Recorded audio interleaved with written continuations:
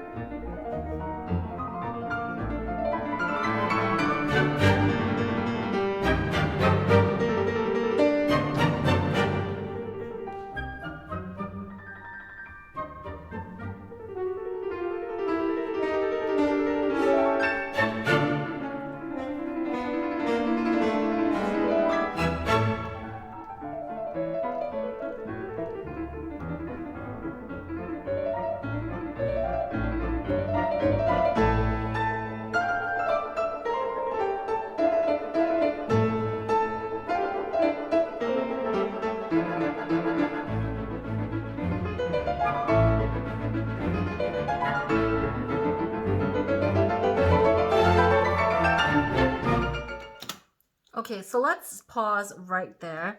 And as you heard, this is a very exciting, energetic movement. It's it's just really exciting, and you can imagine, you can probably tell why I like it so much.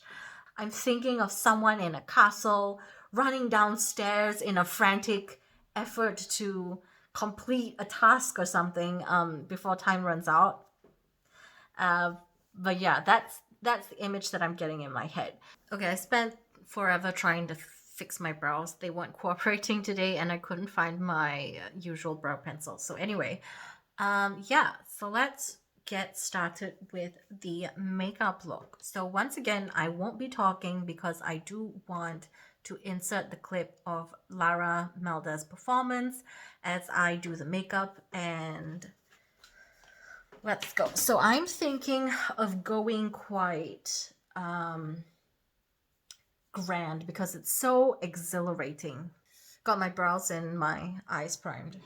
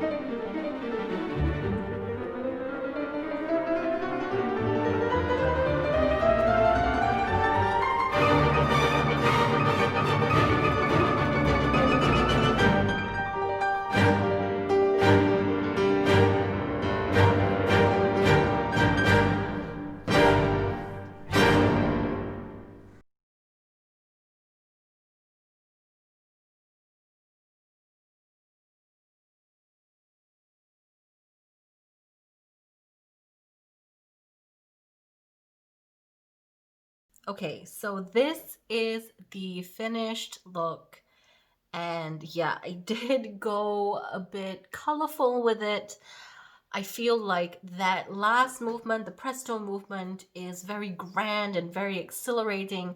And if you've ever watched Disney's Sleeping Beauty, the animated cartoon version, the one that was released in I think the 50s or the 60s, maybe. There's this scene where the three fairies are kind of scurrying around. This movement reminds me a lot of that visual of someone or some people just running around trying to get things done, trying to get their affairs in order, running up and down stairs frantically. I don't know. And because of the whole Sleeping Beauty three fairies thing, I thought of, you know, magic wands and spells being cast. And as you know, the three fairies are very colorful. So I didn't quite do exactly the shades. Wait, no, that was red, blue, and green, right?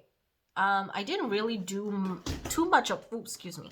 I didn't really do too much of a blue, as you can see. I did do the red, and I did do a lot of gold because that just reminds me of like a grand castle. I don't know. I'm assuming that in Europe they had in the Middle Ages or something, they had huge feasting tables. I don't know.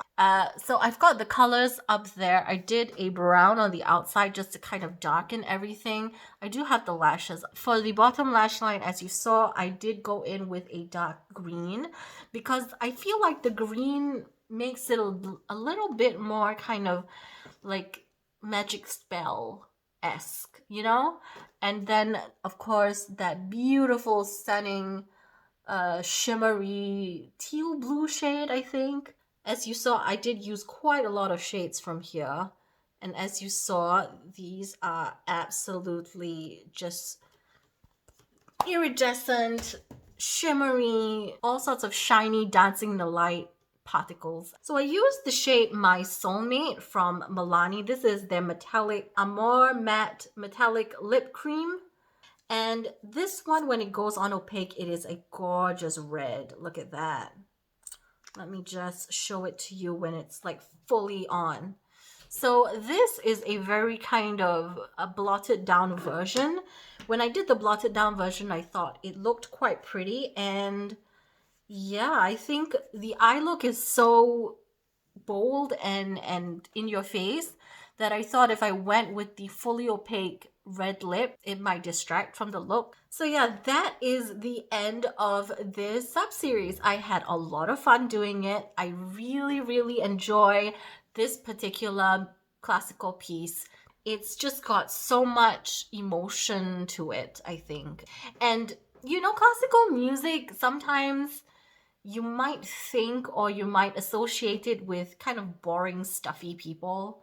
But this particular piece is really exciting, really exhilarating. It really brings all sorts of emotions to the surface, and you can kind of picture your own, you can paint a story in your mind. I would encourage you to listen to more classical music if you don't already listen to it. I will link Laura Melda's information down below, her website and her Instagram. Definitely check her out. She is amazing. And yeah, I really hope you enjoyed this. I really enjoyed doing this series. So let me know which your favorite look is because I'm really curious to see.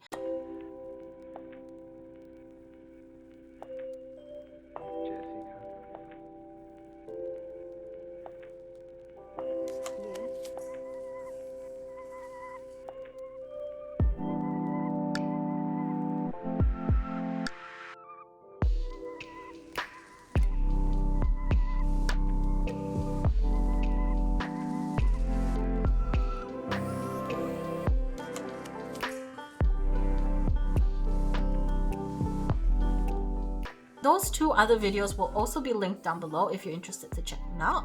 And yeah, that's it for me, and ciao for now.